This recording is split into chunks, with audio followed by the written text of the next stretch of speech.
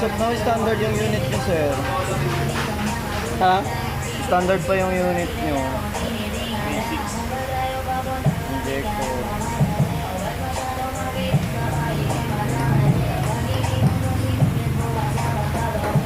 Pin yun sir, yung basic yun.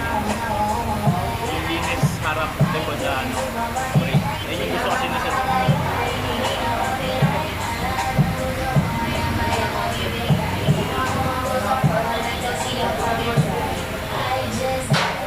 Sir, as of now, sir, unit nyo po, standard pa.